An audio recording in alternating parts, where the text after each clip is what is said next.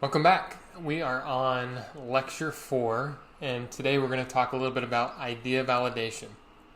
Okay, so just to recap kind of what we've covered so far, we started with who's an entrepreneur, what is an entrepreneur, making that definition, understanding who they are, what they are, how they operate. And then we shifted to the entrepreneurial mindset, how we look at the world, and in relation to that we talked about different types of income. We talked about different business phases in the business cycle, and a variety of other things. We then transitioned into entrepreneurial paths. That means what kind of entrepreneur do you want to be, and the different types that are out there. And now that we've kind of created that foundation of what entrepreneurship is, different paths available, what our mindset should be like, we're going to now move into kind of the action part of it. Ideas, how we validate ideas, how we come up with ideas, etc. And so what we're going to do is we're going to start with idea validation today.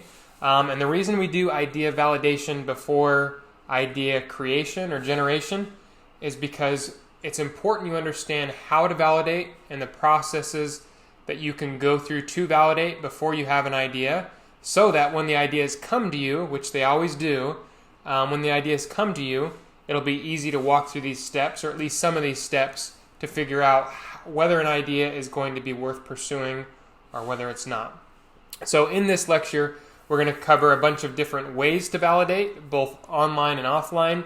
We're going to talk a little bit about the lean startup method and how it relates to idea validation, and how that cycle relates to kind of the cycle we go through when we validate an idea, and a variety of other things. But this will, again, lay a foundation for not what entrepreneurship is or how to do it, but how we start to take action inside of entrepreneurship. When we have ideas, what do we do with them, and how do we validate them so we can use our time efficiently, use our money efficiently, and our effort efficiently. So this lecture will jump into that, and let's go ahead and get started. Okay, first and foremost, what is validation? Really, that's the question: is your idea going to succeed? Is the opportunity going to succeed if you pursue it? And validation has really become the standard in today's entrepreneurial world, which is good. We test our idea before we actually launch it and waste a bunch of money. In the past, in the olden days, it used to be that validation wasn't really part of the entrepreneurial process. We would actually take an idea or a concept and say, hey, this sounds really, really good. Let's go spend a bunch of money and a bunch of time vetting this out, fleshing it out, and making it perfect, and then we'll launch to our consumer with the belief that they actually want it. Well, what we've found over time is that without validation, a lot of those ideas that are being worked on behind the scenes before actually being validated, when they actually were launched to a community or a group of people, those people didn't want that thing. And so it was wasting a bunch of time and a bunch of money and a bunch of effort. And so this idea that we validate as early as we can in the idea phase is super important, so that you can save time and money and effort, and you can work smart. Okay, so that's really, really key to this validation, because ideas are always going to sound really great in your head, but you need real feedback from real consumers or potential real consumers. Otherwise, you're gonna dream up in your mind that it's going to be something great, when in reality it's probably not. Most ideas really aren't that great, and maybe 1% of them are really great. And so this idea of validation and getting feedback and testing and trying before we jump 2 feet in is really important to help you be more successful as an entrepreneur. Okay, let's talk a little bit about validation and what it is. We'll define it a little further. Eric Ries wrote a book called The Lean Startup. He's kind of one of the fathers of this lean startup movement, and wrote the book about it, literally. In that book, he says, when you're in the shower and we have an idea, boy, does it sound great. But in reality, most of our ideas are actually quite terrible, which I already mentioned before. So that's why this idea of validation is so important. Because the thing is, even the smartest people in the world can make huge mistakes and think of things that are just terrible ideas if they're not getting validation and feedback. So validation is an opportunity for us to minimize our risk, and be more efficient with the way we approach entrepreneurial opportunities, be more efficient with creating businesses. Okay, so that's what validation is. Okay, let's go through the validation framework. If you're thinking of an idea without testing it, you're always going to tell yourself it's way better than it is, which we've repeated that 2 or 3 times already, right? you should always have some kind of online strategy when we go through this validation framework, and an offline strategy like I mentioned before. And so let's jump through this framework so we understand exactly how to structure it and how that's going to help us actually validate our ideas. Okay, first and foremost, with the framework, we need to come up with a hypothesis. And no, this is not a science class, but a hypothesis can be extremely useful even in an entrepreneurial setting when you have an idea or an opportunity in front of you that you need to test. So we formulate a business idea and we mix it with the problem into one sentence. Okay, and on the next slide, I'm going to show you exactly what that looks like, mixing the idea with the problem and creating a hypothesis around that. So let's use a couple examples here so we see what the idea validation framework looks like in real life. Okay, so take Costco, for example, one of my favorite stores ever. I love Costco. At Costco, the hypothesis is that people are going to buy in bulk. Okay, now it's easy to see that that's their hypothesis because literally that's all you can do at Costco is you can buy in bulk, right? Everything is in bulk and everything is discounted because of it. Okay, so that's Costco's hypothesis. Facebook's hypothesis, we can create an online social network where people communicate with each other. Okay, and that sounds probably overly simple, but in reality, that's the hypothesis Facebook has built their business on, that people want to create a network online where they can communicate with each other, a social network. And that's really what it is. Okay, so let's take those two examples, our Costco example and our Facebook example. Keep those in your mind as we continue to move through this idea validation framework, and we can see how using these hypotheses mixed with the problem or the question at hand is going to help us understand what solution we're providing and how to better validate that solution.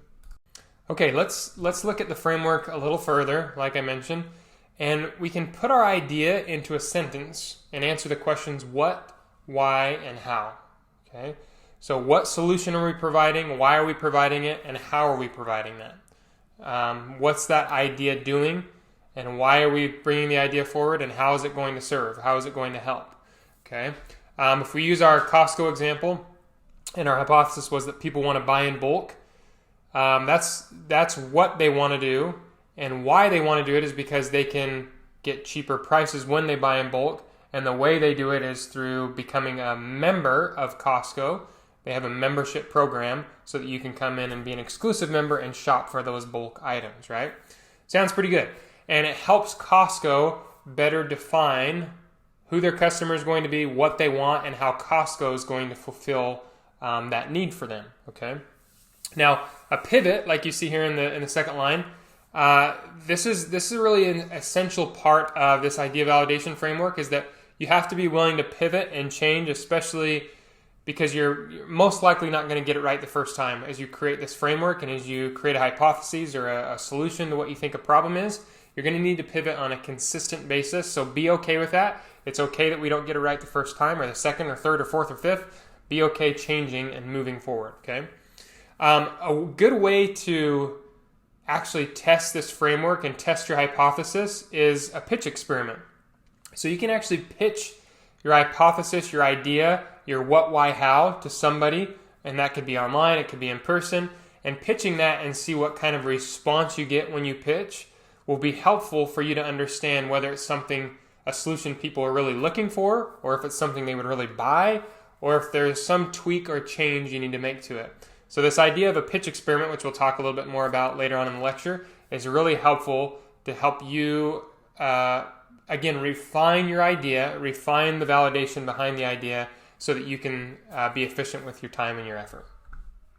Okay, one thing that's really important to understand with the idea validation framework is that it's really helpful if you're not exactly sure what you're going to do. Because a lot of times we come up with ideas and we think to ourselves, oh, that sounds really great, but we don't really have a concept about how we're going to carry that opportunity out or how we're going to fulfill that opportunity for other people. And so this idea of validation framework will help you kind of sift through those issues and those concerns, or honing in on the right person or right customer base as you work through it. Now, with the idea validation framework, in addition, you need to focus on quantity over quality. And so you want to test your idea as many times as you can. with a hypothesis and pivot and change and tweak that hypothesis and continue to ask people about it. Again, whether it's online or offline, doing that as many times as you can so that you can get as much quantitative analysis as possible.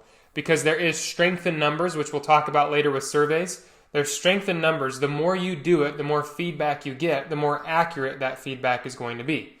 Because if you just get feedback from your mom and your brother and your sister, well, first of all, they're going to be probably a little biased. They're going to probably be nicer than they should. And second of all, it's only 3 people. And so there's really no strength in the quantity of feedback that you've been given. So what you need to do is go find strangers, potential customers, people you don't know, and ask as many of them as you can so that the feedback they give you is more accurate and more predictable so that you, again, can save time, effort, money when you're moving forward with an opportunity. Okay, and then when you go through the idea validation framework, it's really important too that you set a minimum criteria for success. That means what kind of responses are you going to expect or do you need to receive for you to be able to move forward with the opportunity? So, for example, if I'm Costco and my hypothesis is people are going to buy in bulk because they want cheaper prices, and the way we're going to fulfill that for them is creating a place like Costco and establishing relationships with manufacturers to get product cheaper when buying in bulk. So if that's the thing, then if we're going to go and get feedback from 100 people, then we need to have a minimum criteria for success. So if 60% of those people answer in a certain way, then we can feel confident moving forward with the opportunity, knowing that we've got enough feedback and enough accurate feedback that we're not going to waste our time or our money or our energy trying to pursue this opportunity. Okay, I say here the concierge service from idea to actual work for the customers. So you really take the idea and get that feedback and then make sure there's a minimum criteria of success before you're actually providing that to them. Okay, and let them work for you in that way, giving you the feedback so that, again, you can be more accurate, more predictable when moving forward with an opportunity. Okay, so we're going to use an example here, and we're going to carry this example through the next several slides, because one thing we're going to do is we're going to talk about customer segmentation. Now, why is customer segmentation important when we're actually validating an idea? The reason it's important is because we need to know who it is we're trying to sell to. Otherwise, the feedback we get may be skewed or not accurate because we're asking the wrong type of person or the wrong potential customer, okay? And so we're going to talk about customer segmentation and then relate that back to our idea validation framework and getting feedback and how that all works together, okay? So for this example, we're going to use a cheap gasoline on your phone. And what I mean by that is we're going to pretend like we're coming up with an app that's going to tell you where the cheapest gasoline is wherever you're at, wherever you're located. Now, there's already apps like this. And if you go and search right now, you could find one. I think back in the day, I used to have one called Gas Buddy. That was years ago, but there's one called Gas Buddy that would tell you the cheapest prices and what gas stations they're at, etc. And so that's going to be our idea as an example as we move forward with this. So think to yourself, app for our phone, going to tell us the cheapest gas prices. Who would want a product like that? Who would buy a product like that? Think to yourself as we move into the next slide, and I'll give you a few minutes, and I want you to pause the video when we go to the next slide and take some time to think through this so that we can use this inside of our exercise. Okay, so let's talk more about customer segmentation. I already mentioned this in a previous slide, but what I want you to do now is when I finish talking here, I want you to pause the video, pause your place here, and take 5 or 10 minutes and think about who would use a product that shows the cheapest gasoline prices in their area, wherever they happen to be. Who has a problem that this solution is solving? Okay, and again, this is going to be key when we validate an idea, that we understand who it is, our opportunity or our idea, who that's going to serve. What solution is it going to provide and what problem is it going to solve? So take 5 or 10 minutes and think about, if I have an app that's telling me cheapest gasoline prices, who could that serve? Who could that provide a solution to? Again, take 5 or 10 minutes, think about that. Once you do, once you've made your list, come back to the video, and in our next slide, we're going to start talking about what that means and how we use those segments to continue to validate our ideas. Okay, if you're having trouble coming up with a list of people you think would want this solution, I'm going to give you a couple pointers here before I show you my own list of segmentation, okay? First you want to do is you want to start with a problem. In our example, the problem is that people don't know where the cheapest gas is in the area where they're at the moment, okay? So if that's the case, what are different ways we could define our potential customer groups? We could do it by demographic, we could do it by age, we could do it by associations they have, maybe the kind of work that they're in, a variety of different things, right? And so if you're having trouble coming up with that list, knowing what the solution is, start with the problem and think to yourself, who needs to know where the cheapest gasoline is in the area that they're at the moment? Who needs to know that information? Because if we know who needs to know it, then that's probably who's going to want a solution to that problem, right? So again, if you haven't come up with your list yet, use this pointer, use this tip, and pause the video, take 5 or 10 minutes and come up with a list of people, groups, again, by demographic, age, association, however you want to do it, and think to yourself, what group of people would want this solution and why would they want it? Okay, by now you should have a list of customer segments that you think would be best served by our solution. The solution that we're going to provide an app that's going to give them the cheapest gasoline prices in whatever area you're at the moment they're there, okay? So from a consumer side, let me show you kind of my list and how we rank those. Number 1, 21 to 30-year-olds. Why would I list that group and use an age segmentation? Because typically 21 to 30-year-olds are either in college, freshly out of college, or fresh in a new job, and they're probably a little tight on cash, typically, okay? Now, this may be a bit of an overgeneralization as far as that group, because there maybe are some 20-year-olds or 30-year-olds that have a lot of money, and I understand that. But I think this is a good clump to put together and say, hey, this is a group of people that would probably be interested in having cheapest gas wherever they're at and being able to find that easily. And on top of that, this age group is probably more tech savvy, and so it's easier or more likely for them to use their phone to gather information like this. Okay, easier for them to pull up an app and be able to analyze the app and utilize it to its fullest capability. Okay, so that's group number 1. Group number 2 is tourist groups. Now that could be a family just traveling, it could be a big tour bus, could be whatever. Those groups probably want to know where the cheapest gasoline is, especially if they're on a trek that lasts several weeks, right? Or if they're traveling across the country or wherever they're going.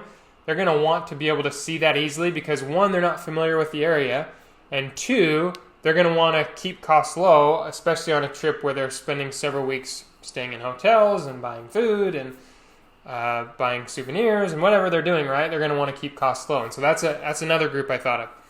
Third group is truckers, right? Now, depending on who the trucking company is, maybe they're working for a trucking company and they say, hey, you have to go to these kind of gas stations when you stop, regardless of price. Maybe that's the case, but you have a lot of independent truckers that own their own truck and run their own business, and so those are people that are going to definitely be interested in keeping costs low so that they can pull out the most profit from the work they're doing traveling across the country, delivering goods to businesses and people, right? So 21 to 30-year-olds, tourists and groups, and then truckers, okay? All of those groups probably would appreciate the solution, would be my guess. Now, some more than others, and the reason I've ranked the 21 to 30-year-olds first is because, again, they're tech savvy, they're usually tight on money, and they're probably more willing or able to use technology like this or an app like this. And then tourist truckers, we've already talked about that. So when you make your list and then rank them 1 to 5 or 1 to 10 or 1 to 3, however many you've got, rank them so that you can say, okay, if I think 21 to 30-year-olds is my number 1 group, then you can use that group to go and find and then get feedback from that particular group. Because if you're getting feedback from that particular group and it's good or bad, that's going to help you know whether or not you need to transition into a different segment or stick with that segment or maybe get rid of the idea altogether. Okay, so work through those segment groups and get feedback from each of them because that'll help you understand which one to stick with and whether the idea is going to be sustainable long term. Okay, and then what we can do is we can actually rank, like I mentioned before, we rank those groups based on the need they have, but you can actually do it from a business side as well. So we did the consumer side first. We can do it from a business side, saying of the people that can provide cheap gasoline, which one would have the greatest need for our different customer segments that we've created? Would it be gas stations? Would it be grocery stores? Would it be wholesale stores? And most likely in this scenario, it's going to be gas stations that have the greatest need for people to come to them and use an app like that to come to them, right? Because gas stations rely on people coming for gas so that they can then buy stuff in their store. Because if you don't know by now, gas stations aren't making any money on their gasoline typically. They're making all their money, all their profits through the items and products they sell inside of the gas station. Okay, and so those gas stations are really reliant on having those different groups we've come up with be in their space, be in their place to be able to earn money. Whereas a grocery store or a wholesale store, that's just an ancillary aspect of their business. That's something they use to continue to bring more people in to shop from them. But primarily grocery stores, wholesale stores, they're going to get people there regardless of whether or not they need gas. Okay, so those are our segments, both from a consumer side and a business side. And again, you want to rank those groups based on the needs that they have when it comes to the solution that we can provide. Okay, like I mentioned before, you can rearrange these segments based on the feedback that you get. You can add new groups, you can remove the old ones that are not interested, and this should be ever evolving. This is this idea of pivoting, like we mentioned before in the idea validation framework. Be willing to pivot as you start to get this feedback, because the first list you come up with is not going to be absolutely accurate.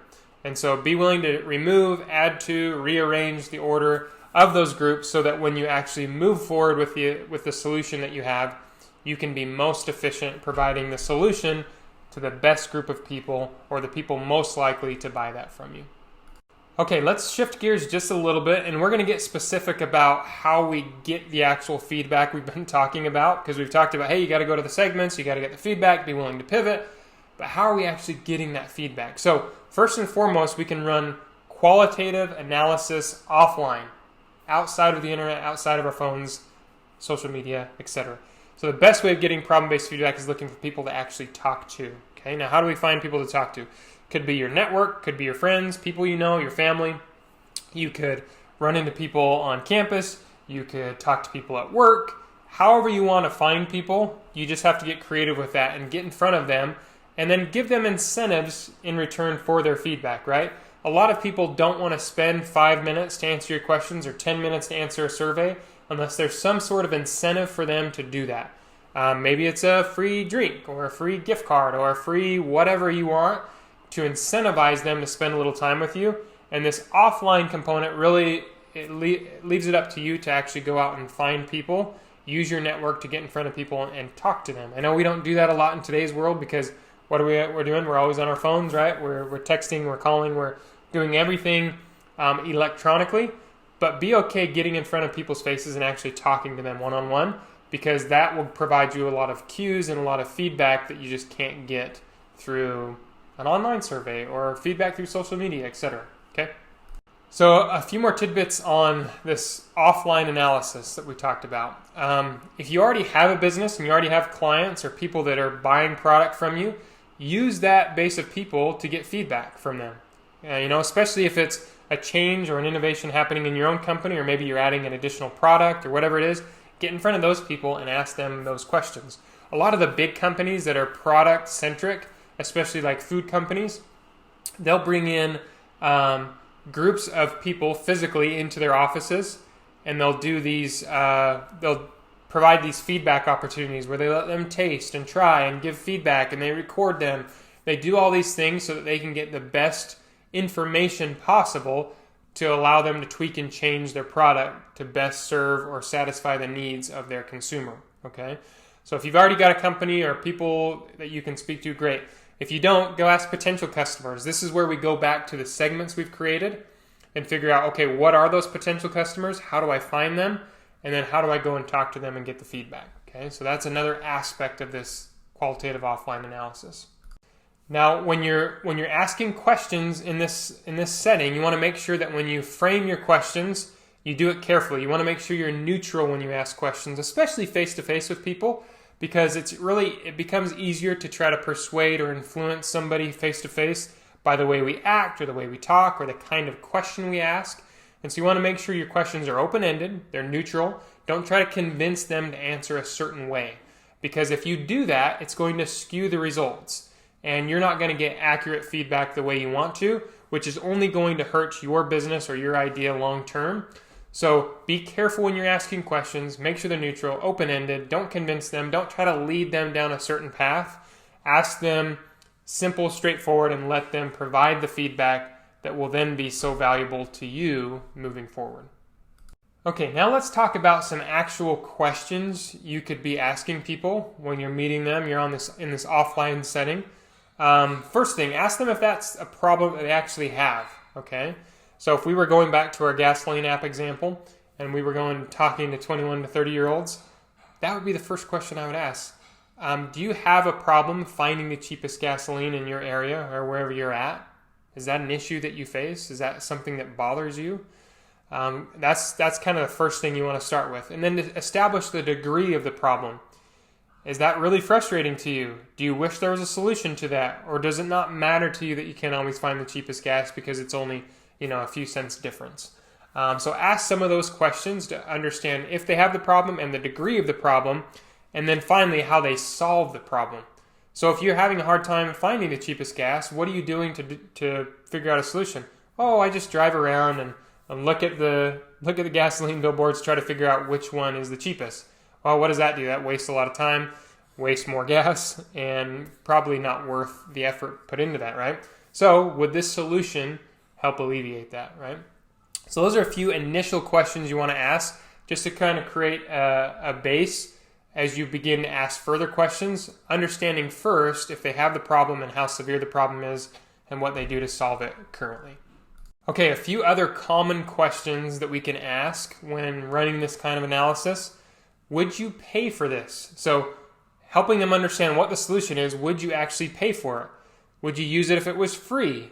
How good would the service have to be for you to use it? Do you have any hesitations about using the product? And then does it remind you of any other solution you've seen out there? Okay. Now, why do we ask all these things? Because in reality, even if a consumer says or a potential customer says, oh yeah, I would use that thing, you need to know, would they use it only if it's free or would they actually pay for that thing, right? Because ultimately you probably want to get paid for what you're doing, right? Now you could set up a scenario where you do it for free and then the way you get paid is through running, company ads on there for other companies and they pay you ad spend, etc. But you need to know, are they willing to pay for it? Would they only use it if it's free, etc.? Because that's going to help you dictate what kind of behavior they're going to most likely show when they actually have the solution in front of them. And so those are some really, really good questions to start with once you've established that base. And then really, how good would it have to be? What would it have to do? What kind of features does it need? If it only showed you the cheapest gas and where they're located around you, would that be sufficient? Or does it need to do more things than that? And then would you hesitate using the product for any reason? If so, what would those hesitations be about? Okay. And then when we ask, what does it remind you of? The reason we ask that is because we want to know if there's other competitors, other solutions out there like ours so that we can analyze those. Is there already a solution that's way better than anything we can offer? If so, is it worth actually jumping into? Okay, so those are some more questions that we can ask moving forward, getting the feedback from people. Okay, and then once we've kind of asked these questions, we're starting to get feedback. You need to look at a couple different things to help us better utilize the information that we're gathering. So first, do we need to reorder our pain list? What I mean by that is, do we need to reorder our segment? Do we need to reorder the solution and how it's providing a solution? Like when we ask these questions from potential customers, do they list a different kind of pain point than we anticipated or than our solution is going to provide? Because if that's the case, maybe we tweak the product and the actual pain point we're trying to solve, or maybe we reorder the segment in a way that helps us better serve with the solution we have currently. Okay, and then the innovators group, these are people who identify with the problem and have a really strong reaction to the solution. So if I come to a segment in the cheap gas group and I have a group of 21 to 30-year-olds, and all of them are responding very strongly to the solution. Like, oh, I would absolutely love having an app that would show me where the cheapest gasoline is. I get so frustrated when I can't find it, and there's no easy way to go about figuring out a solution to that problem. Like, if you get a lot of that kind of response from that particular segment, that group, then that's probably going to be your innovators group, the group that's really passionate about it, that's going to give you a lot of great feedback and probably be extremely useful to you as you move forward with the solution or the business opportunity. So be sure to pay close attention to them. And if you can identify that, your innovators group, as you get this feedback, stay close to that group, because that's going to be the group that's going to probably really launch your business, because they're the ones that are going to be willing to buy. And two, they're going to help innovate and refine the product as they give feedback and direction as they use it. Okay, so we've gone through the kind of the offline analysis process, we've gone through the idea validation framework, and now we're going to talk about surveys. And surveys can really be applied in an offline setting as well as an online setting.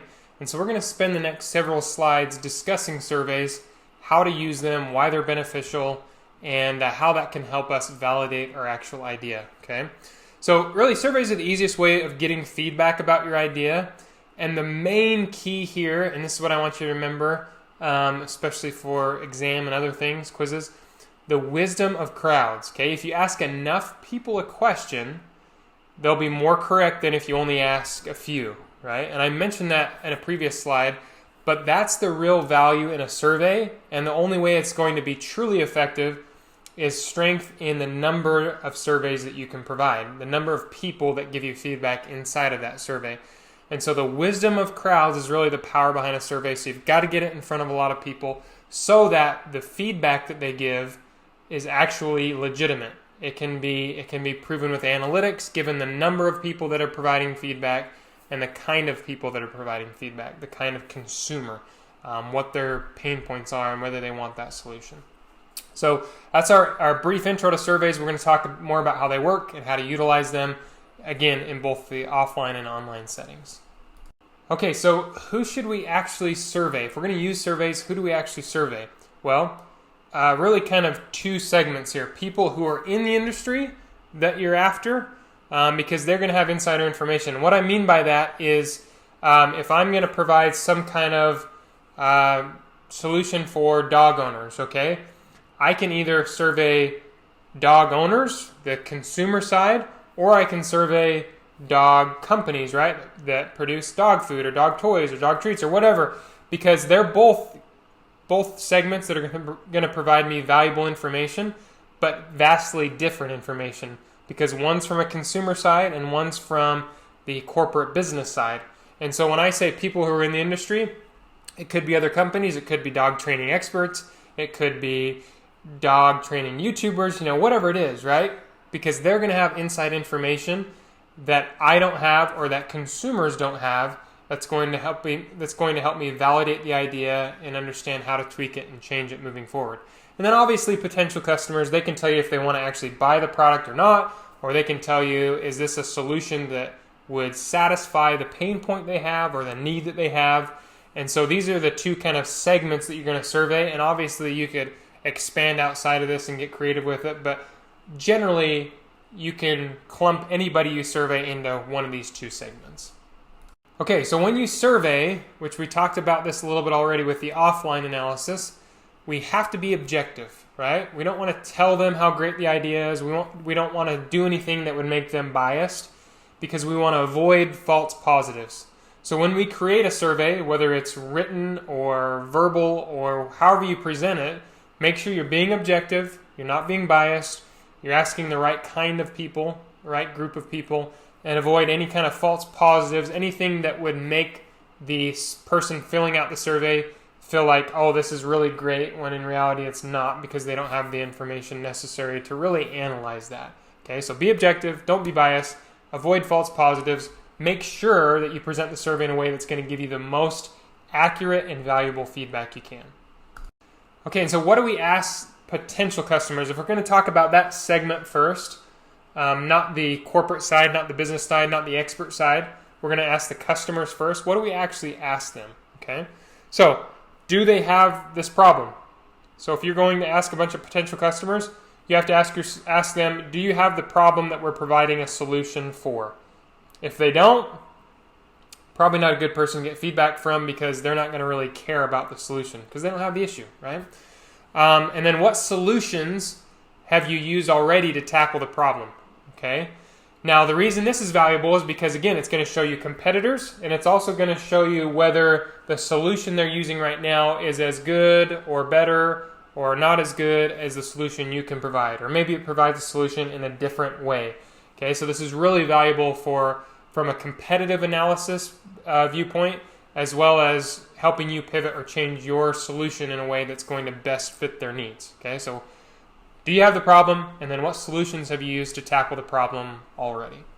Okay, now let's talk about industry experts, industry people. What questions do we ask them? Do they think the problem exists? So if we're doing a dog product, again, we go to other dog trainers, other experts in the space. Do you think this problem actually exists that we're providing a solution for? If no, probably not a good one to run with, right? If yes, then probably a good one to move forward with, and then tweak and change and improve as you move along. Secondly, would people pay money for a solution? They may know, they may not. This, depending on who you ask. Are dog trainers good to ask? Yeah, they might be good to ask because people are paying them to provide certain training and feedback for their animals, right? So that's another good question to ask. And then finally, present your solution to those industry experts and then ask for their feedback to see what they think, right? Just as you would with a potential customer, provide the solution to the industry expert and say, is this something you think would be legitimate in the marketplace? Would it actually provide a solution that people would be willing to pay for? And would you be willing to promote it, share it with people? I think that's a great question to ask industry experts, because if they wouldn't be willing to promote it or share it with the people that they work with, it may not be a great solution.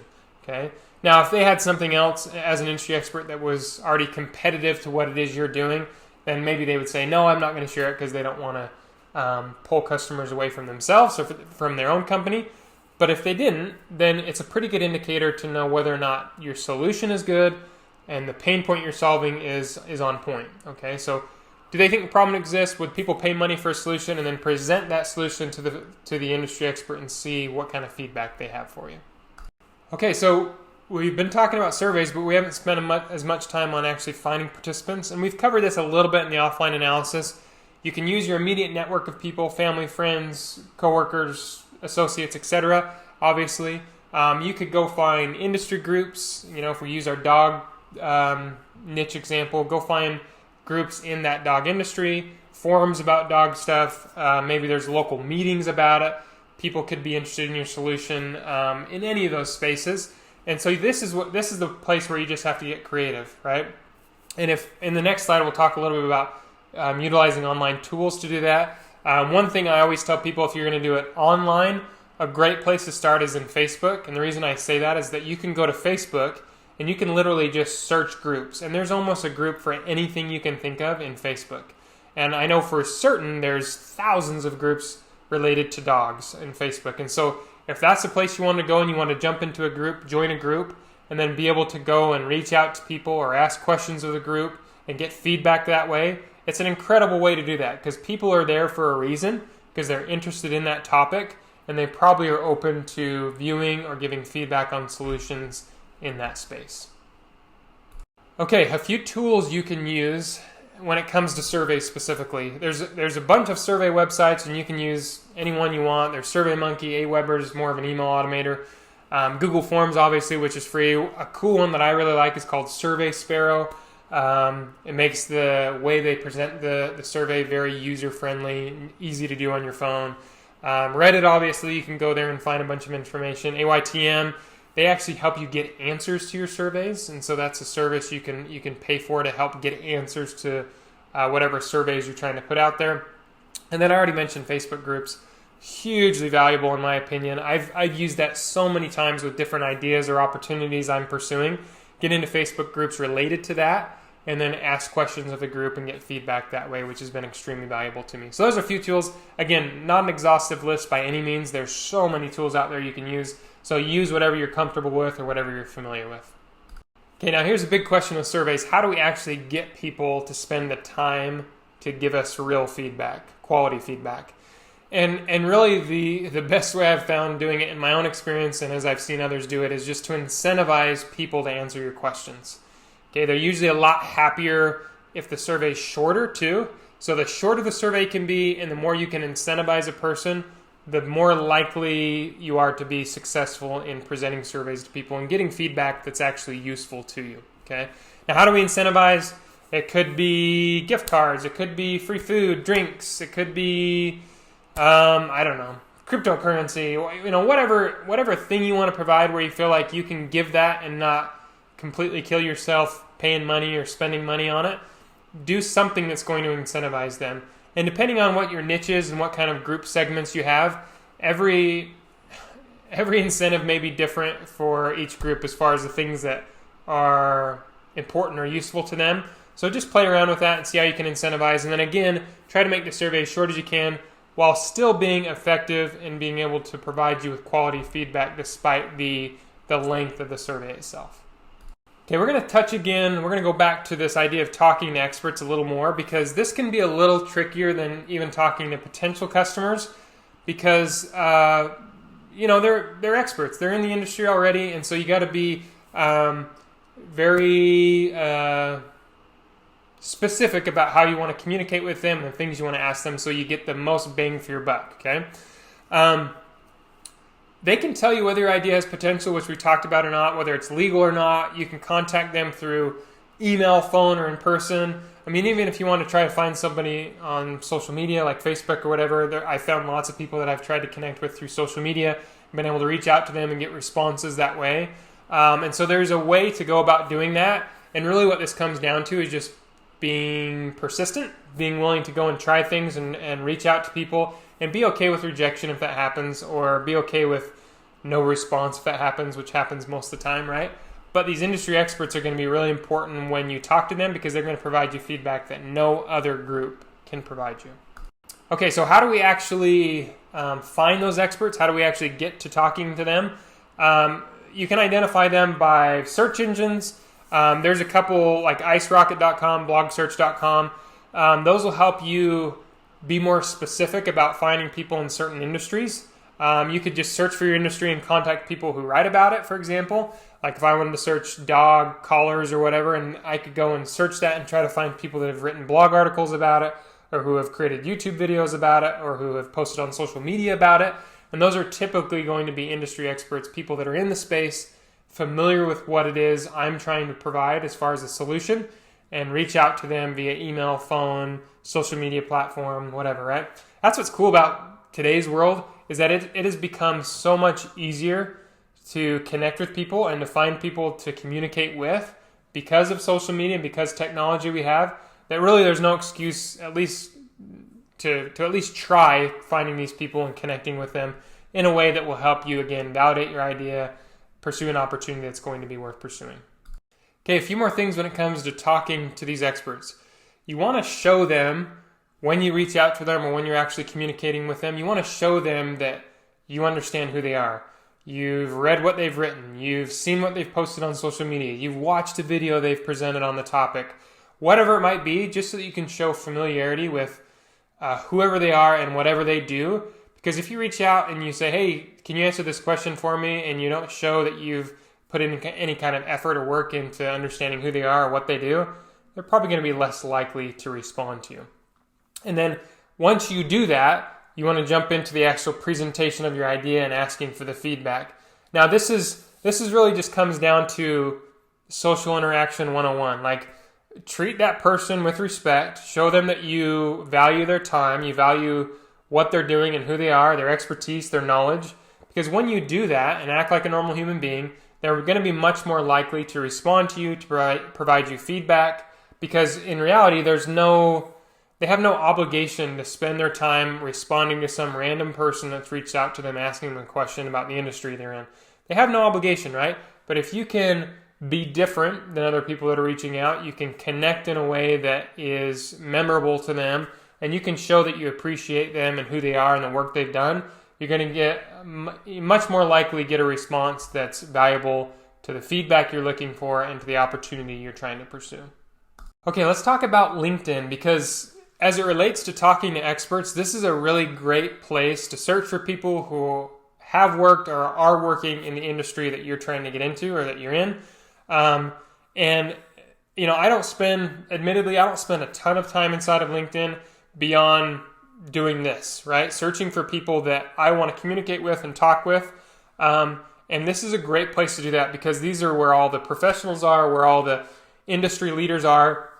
Most of them are going to have some sort of presence inside of LinkedIn. And so this is a really great place to find them and also see some of the work that they're participating in at the time. Because a lot of times people will post the articles or videos or things that they're doing in their space to help provide some form of professionalism or leadership inside of the industry that they're in. And this is a really good place to do that. Now, again, just like we do when we did our surveys, if there's some way you can incentivize these people, these industry leaders, to communicate with you, to talk to you, to whatever it is, the better, right? Because that'll make it more likely for them to want to spend time with you.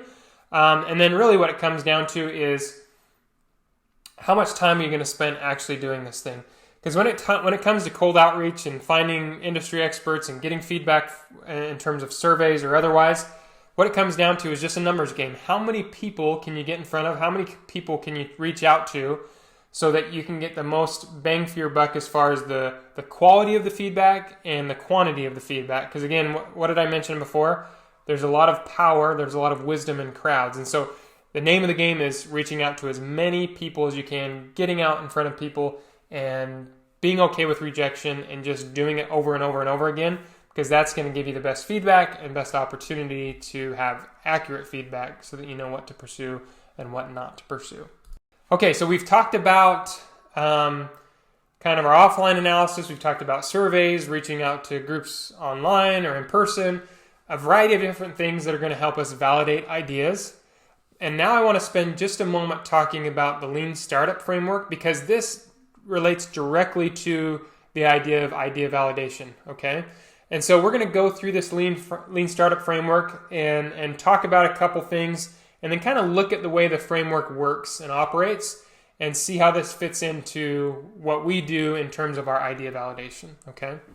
So Lean Startup, if you haven't heard of it before, is really the idea that we're going to push an idea, an opportunity, a solution out into the marketplace, out into the world as soon as possible.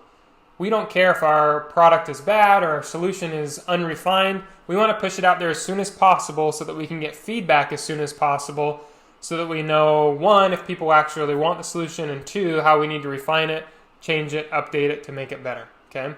So number one, you see here, build a solution and launch it. As you get feedback, you change it. So that's the whole idea. If we have a solution for dog owners, get it out there as fast as you can, even if it's not perfect.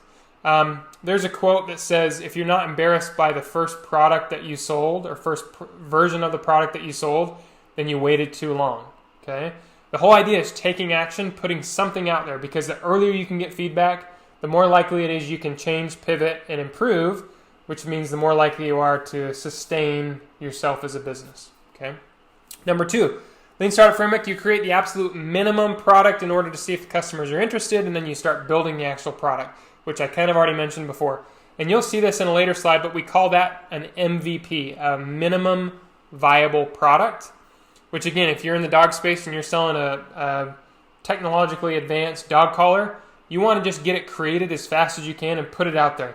Even if there's bugs in it, even if there's issues with it, you want to put it out there as soon as you can so that you can get feedback, see if people really want the solution, and if they do, what they would change about it, how they would improve it, so that you can make those changes and improvements into the future, okay? This is something I've done with this little software company we've started, and I'm gonna go to the next slide here, and we'll talk a little bit about that example. Okay, so the idea of build, measure, learn. This is kind of the sequence that you go through in the Lean Startup model. So like I mentioned before, build is how do we get the minimum viable product built and out into the market as fast as we can. Measure is once we get the product out there, how can we get feedback and ideas and improvement suggestions once it's out in the marketplace. That's this idea of measuring. When we get the feedback, what do we learn from that feedback? And from what we learn, how do we change the product? Which then again cycles into the build phase, right? Once we learn what needs to be changed or tweaked or tried, we rebuild, we remake, and we put the product out there again to measure. And then once we get the measure, we learn from that. And then once we learn, we build again, right? And the cycle continues over and over and over again. And you test the information and build the product using what you learn. You save time and money, and you figure out sooner whether people are willing to actually buy the product from you, okay? I mentioned I was going to talk about the little software example. So one thing that we've done is anybody that uses Chrome or any Chromium-based web browser knows that you can use Chrome extensions, right? These are little tools that you can use inside of your browser to help you do certain things. One thing that we created is a Chrome extension for Facebook Messenger, specifically for Facebook Messenger. And it's intended for people that use Facebook Messenger for their business. So they do customer outreach, and they do marketing, and they do lead gen through Facebook Messenger. And a lot of people that do that have a hard time organizing Facebook Messenger and also automating parts of Facebook Messenger. And so we created a software solution to do some of those things. Now, I'm going to tell you right now, when we first created that solution, we put it out in the marketplace, and even then I was kind of embarrassed about how clunky and slow and issues it had. I was kind of embarrassed then. And then as we progressed and cycled through that, I was still embarrassed about many phases of it just because it needed so many improvements. But what was interesting about that is when we put the solution out there, even in its clunky, beat up, tattered state, we had tons and tons of customers coming to us saying, hey, this is the solution I've been looking for so long. I can't wait to be able to utilize this in my business. And so we knew that we were onto something special because we had so much positive feedback despite the fact the tool wasn't operating very well at that point. And so what have we done since then over the past year that we've been doing it? We've iterated, we've changed, we've measured, we've learned, and we've built better versions of the software until now, today, it's very robust. It functions at a really high level and does a lot of incredible things for the business owners that we work with inside of Facebook Messenger. And so it's continuing to grow today. And we just did it all around this concept of build, measure, learn inside of the Lean Startup framework. And so if you can implement this and be okay with saying, hey, my first product sucked and I got a lot of bad feedback and people didn't love the solution, but they wanted the solution, that's good, because then you can iterate and change over time and create a solution that's really valuable to people and do it in a way that is providing the exact kind of solution that those consumers want because they're telling you what it is they want.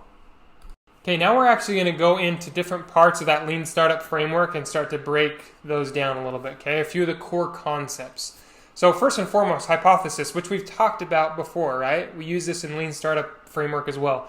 A sentence that describes your assumptions, okay? Example, custom t-shirts. People are willing to buy custom t-shirts and they have some sort of benefit from wearing them. That's our hypothesis, right? We do that same thing when we're first building our initial product.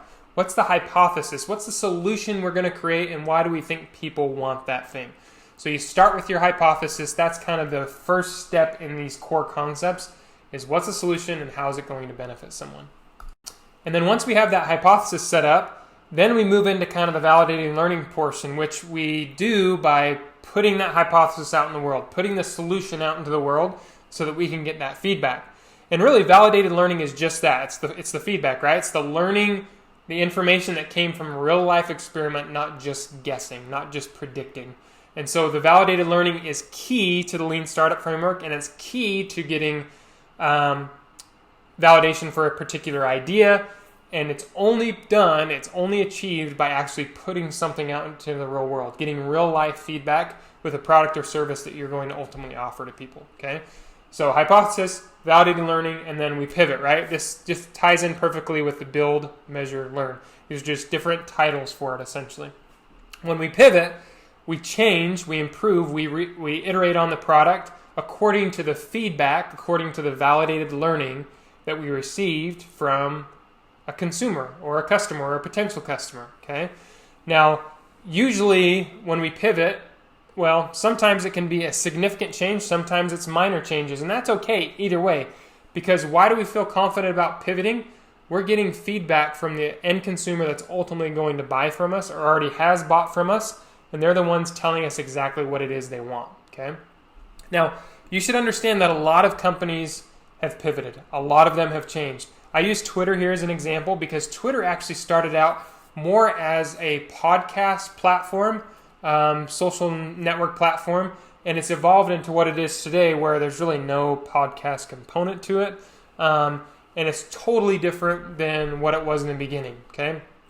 And you could say the same thing about a lot of the social media networks. Even the big ones today have pivoted and changed significantly over time as they've received feedback and direction from their consumer base, okay? So hypothesis, validated learning, pivoting, those are all core concepts inside of this lean startup framework, and they coincide directly with the build, measure, learn concept. Okay, now we're back to minimum criteria of success. Now, we talked about this before, and we're going to just touch on it one more time because this is important to remember when you're going through this lean startup framework, is that there should be some sort of minimum criteria for success. So if you're going to go and put the product out there in front of 1,000 customers, if you get 800 that buy and 500 of those have positive things to say about it, is that enough for you to feel confident in moving forward with the idea of the product? Or is it something less than that? Or is it something more than that? So whatever criteria for success you have, make sure you're specific about it and you're clear about it so that when you do start to get the feedback and the validated learning, you can measure that in a way that's going to help you progress in an appropriate way and in a way that will allow you to be successful in the future. Okay, now one cool way that you can get this validated learning, get the feedback as we go through this lean startup framework is through pitch experiments. Now, what do I mean when I say pitch experiments? Essentially what you're doing is you're pretending that the product is real and you pitch it to potential customers. And you can do this before you even have a product. You could do this before you even have an online course you're planning on creating. You could do this before you even have whatever it is you're going to sell. You could pitch it to people before you actually have something to sell them. Okay, now the reason this is really valuable is because you can test your hypothesis. You can build a fake landing page or website that pitches your product as if it were real or upcoming. Like you could tell them, hey, you can pre-order this now, right? And you try to get people to click to sign up or to buy the actual product. Now, is this a bad way to do it? Is this a dishonest way to do it? I don't think so at all, because as long as you're committed to providing the actual product or service that people are signing up for or buy or pre-ordering, then that's great. It just gives you the opportunity to validate what it is, validate the idea you want to bring to the world, right? And this is a really great way to help alleviate a lot of the risk associated with pursuing an idea or an opportunity by pre-selling it or pre-validating it by doing these pitch experiments, by trying to launch it, do a pre-launch and get pre-orders or pre-signups, and that helps you validate the idea before you actually jump in and spend the time to build it out and to flesh it out into the future. So a really great opportunity with pitch experiments, and I'm going to talk a little bit more about it in the next slide. Okay, one cool thing that you can do is use a website like LaunchRock. Now, I haven't been on LaunchRock for a little while, but last I checked, they were still up and running and you could utilize them. And essentially, they're a service where you can do just that. You can pitch something, pre-sell it, pre-sign up for people before you actually have a product. So you create a landing page, you advertise it to get clicks, and you can actually show you how you can get free ad coupons from Facebook and Google and Bing. So you can actually run ads to the offer before it even actually exists, just to see how many signups you get, how many pre-orders you get. Because again, that's just going to help you validate whether or not to continue to pursue your idea or your opportunity without wasting a bunch of time and money. Okay, now the cool thing about pitch experiments is you can use it for really anything. Any kind of product, any kind of service, any kind of offering, you can use a pitch experiment for. You just need to set the goal of the experiment and what you need to get in order to meet your minimum criteria for success. And then when you do, be confident in moving forward with the opportunity, with the idea, because that's the whole point of the pitch experiment, that it's going to provide you with the confidence, the data you need to feel sure about moving forward with your opportunity, because you've proven validation from potential customers, people you've talked to, industry leaders, etc., before actually moving forward with the idea. Okay, let's talk a little bit about creating an MVP, because this is certainly not a place that I want to gloss over, because this is really, really important. to validating idea and just really important to entrepreneurial success, certainly. So creating an MVP, what did I say it was? It's minimum viable product, right? Now, lots of entrepreneurs nowadays use this method because it is so much better and it provides you with so much accurate feedback before you invest a bunch of time and money into whatever opportunity you're pursuing, okay?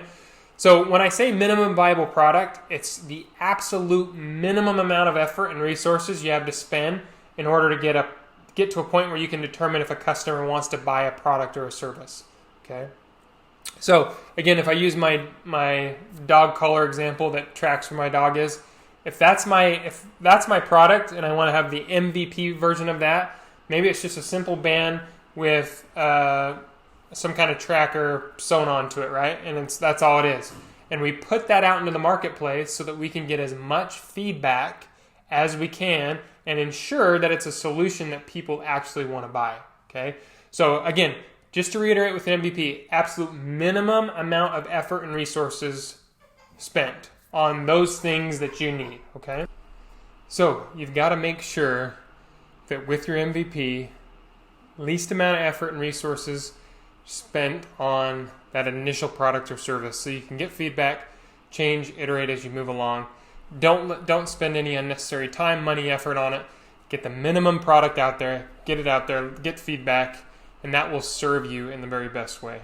Okay, so more on MVP. So like I mentioned before, it needs to show the potential users what it actually does, but it doesn't need to have all the bells and whistles, just the absolute minimum features, but enough to show the consumer what it's actually going to do for them, what problem it's actually going to solve for them. So if we take this example, let's say you want to create a restaurant. Hey, I want to do a restaurant. Problem with restaurants, very capital intensive, tons of time, effort, work before you open, and you don't really know if people want to buy your food, right? If they like your food. So what do? How could you create an MVP with a restaurant? It could be a food truck, right? Or a brochure with your menu. You could make one item from your menu and see if people buy it. Whatever you can do to get that feedback, just the minimum viable product out there so that people can try it, see if they like it. If they do, you can start to iterate on that. If they don't, maybe you try something different, just to help prevent you from wasting a bunch of time and money and effort that's unnecessary. Get the minimum viable product out there, and you can even do it with something like a restaurant. And obviously, you could use a million other examples of creating just the minimum product that you can show the solution, but not invest in the whole enchilada. Okay, my absolute favorite example of using an MVP in real life, I absolutely love this example, so I love telling the story, is Zappos, okay? Essentially, the way Zappos started is they basically made a website and took photos of products from other shoe stores. So the guy would walk into the shoe store, he would take pictures of a bunch of the shoes that he thought people would want to buy, and then he pulled those pictures and put them up on a website and said, hey, you can buy it, this shoe for this price in these sizes. And then when the people actually went to the website and they bought that shoe, what would he do? He would go to the shoe store, he would buy that product they purchased for the size they specified, and then he would ship it to them. And he would do that for a marked up price. So he was making a margin on the product from the shoe store for somebody that bought it online from Zappos, okay? I absolutely love this example because somebody that's thinking, hey, I'd love to start a shoe store online, but I don't want to buy a bunch of inventory and because I don't know what people are going to like or whatever, what does he do? He goes into a local shoe store, takes a bunch of pictures of shoes that he thinks people will like, and then what does he do there? The ones that they pick, he starts to see a trend, right? What kinds of shoes people want to buy online, and then he also doesn't have any inventory, and he also makes a margin on a supply that's already been given him. Now today, a little harder to do that. Stores may not like that, especially with how much online presence there is. But what a beautiful way to test the market, to test this idea of an online shoe store in a time when that really wasn't around, and do it without a bunch of risk or a bunch of time or effort being wasted. And so if you're thinking, hey, I want to start this thing, be creative, be innovative, think of ways that you can do it without investing a bunch of time, capital, money, and wasting that when you don't know if it's actually viable in the first place, okay? So Zappos, incredible example. It's now a gigantic business that was purchased by Amazon for hundreds of millions of dollars, based in Vegas, actually. So if you want to go check out their offices there, it's pretty cool. So there is a way to create massive business while still creating MVPs and not wasting your time and money in the beginning. Yeah, let's talk about another way we could do this. Let's say you want to create a mobile app in this example. It would be really easy to pick a feature that you want your mobile app to perform and create a basic demo of the app. Now, yeah, you can pay some people to create fancy demos and it costs some money, etc., but there's free ways to do it now online where you can actually create a mobile app that does a basic function.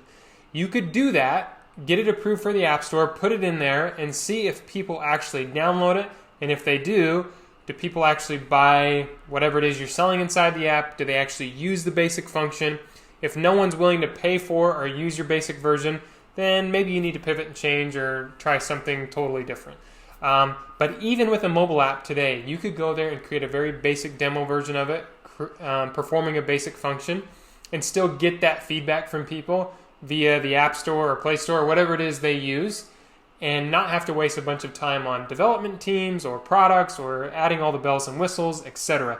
So again, there's no excuse for you not to utilize this MVP model in any kind of idea you're pursuing, because it's going to save you time, money, effort, and everything in between. Okay, a couple more examples, and then we'll be finished with this lecture. Sorry, this is the longest of all the lectures we have. If you wanted to create a website, for example, that does something, provides a service or provides information, whatever you want it to do, you could make a basic template first. There's so many free website building tools out there now. You could go there and spend an hour, build something out, put it out in the marketplace, put it out in the world, and then see if you get visitors to it. See if you get people that come and want to visit the product. Sorry, Alexa is talking. And you could do all those things without wasting a bunch of time or money building the website out. And then finally, the example of an online store. This is kind of like our Zappos example a bit. You could create a store on Shopify.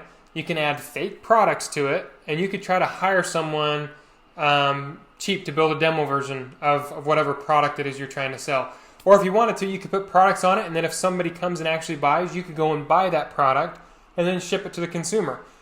Or you could use a drop shipping version of that where you employ a drop shipping service to be able to do that same thing, where you put the listing on there, you don't actually buy the inventory until the consumer buys, and it's kind of ship on demand, print on demand type of a deal. So there are so many ways to create MVP models, especially with the internet today, that there's no excuse for not testing this first before you jump into a business and waste a bunch of time and money. So just to recap, we've covered a ton of information over this lecture about validating our idea, using the framework, offline analysis, running surveys, the lean startup model, that framework of build, measure, and learn. There's so many principles and things in this lecture that are going to help you validate your idea so you don't waste time and money. It may be important for you to go over this again, review it one more time so you make sure you have all these principles concrete in your mind. Because this will be absolutely vital to your success as an entrepreneur, is to understand that validation has to happen, and it has to happen the right way. So again, you don't waste a bunch of time, bunch of money, bunch of effort on a business or a product or a thing that people don't want or people don't want to buy. So go over this, review this. If you have questions about the validation process, the components that we've talked about today, how to find people to get feedback from, etc., please let me know. Reach out to me. I'm happy to answer any questions. And then if you finish this, make sure you cover the business challenge portion of the lecture as well. And in addition to that, the speaker series portion. So thanks for staying on so long. Thanks for listening. Again, if you have any questions, let me know.